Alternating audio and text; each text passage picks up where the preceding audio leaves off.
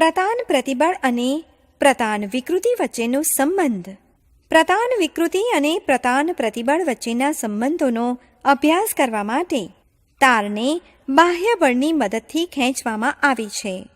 જુદા જુદા પ્રતિબળ માટે વિકૃતિનું મૂલ્ય અથવા તેનું પ્રતિશત મૂલ્ય મેળવવામાં આવે છે. પ્રતિબળ અને વિકૃતિ વચ્ચેના સંબંધનો અભ્યાસ પ્રતિબળ માઇનસ વિકૃતિ પર્સન્ટેજ આલેખ દોરીને કરી શકાય છે. આવો એક આલેખ આકૃતિમાં દર્શાવ્યો છે.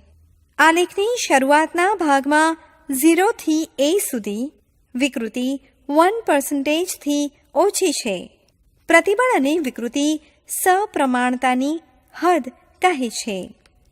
આલેખ પરના a થી b બિંદુ સુધી પ્રતિબળ એ વિકૃતિના સમપ્રમાણમાં નથી.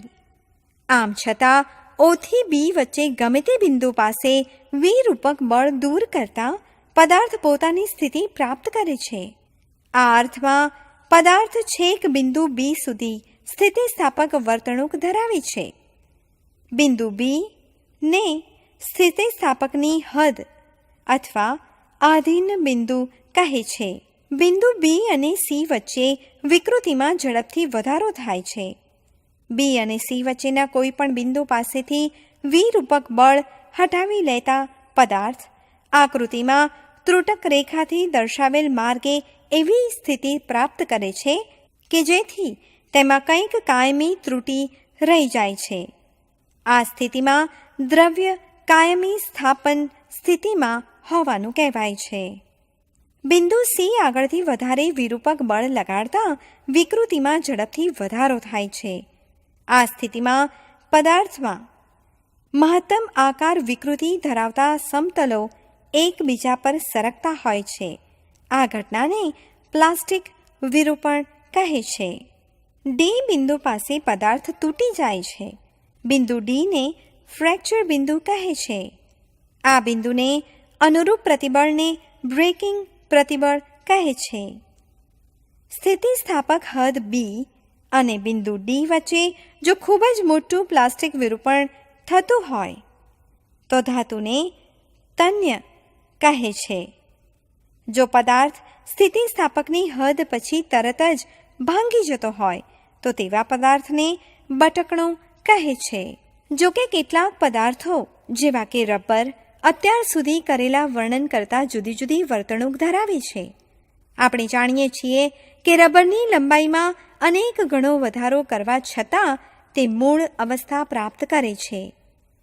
આકૃતિમાં એક પ્રકારના વેલ્કનાઇઝ્ડ રબર માટે પ્રતિબળ વિકૃતિનો આલેખ દર્શાવ્યો છે. અહીં દર્શાવેલ 700% વિકૃતિ આશ્ચર્યજનક છે.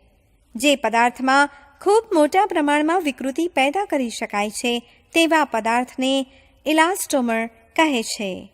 આપણા શરીરમાં મહાધમની એટલે કે હૃદયમાંથી શરીરના જુદા જુદા ભાગમાં રુધિર લઈ જતી ધમનીની પેશીઓ એ ઇલાસ્ટોમરનું ઉદાહરણ છે. આ આલેખની બે બાબતો નોંધપાત્ર છે. પહેલું, આલેખના કોઈ પણ ભાગમાં પ્રતિબળ વિકૃતિના સમપ્રમાણમાં નથી. બીજું, વિરૂપક બળ દૂર કરતા પદાર્થ પોતાની મૂળ સ્થિતિ પ્રાપ્ત કરે છે પણ મૂળ માર્ગે નહીં. મૂળ સ્થિતિમાં પાછા ફરતી વખતે પદાર્થ વડે થતું કાર્ય તેમાં વિરૂપણ ઉત્પન્ન કરતી વખતે વિરૂપક બળ વડે થયેલા કાર્યથી ઓછું હોય છે. આનો અર્થ એ થાય છે કે પદાર્થમાં અમુક ઉર્જા શોષાય છે. આ ઉર્જા ઉષ્મા ઉર્જા સ્વરૂપે વિખેરણ પામે છે. આ ઘટનાને સ્થિતિસ્થાપક હિસ્ટેરિસિસ કહે છે.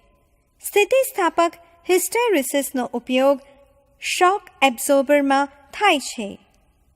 જો વેલ્કનાઇઝ્ડ રબરનું સ્તર એટલે કે પેડ કંપન પામતા તંત્ર અને આધાર વચ્ચે મૂકવામાં આવે તો દરેક કંપન દરમિયાન રબરનું સ્તર સંકોચન પામે છે અને વિસ્તરે છે અને બળને કંપન ઉર્જાનો થોડો જ ભાગ આધાર સુધી પહોંચે છે. તેથી કંપનની અસર ઘટી જાય છે.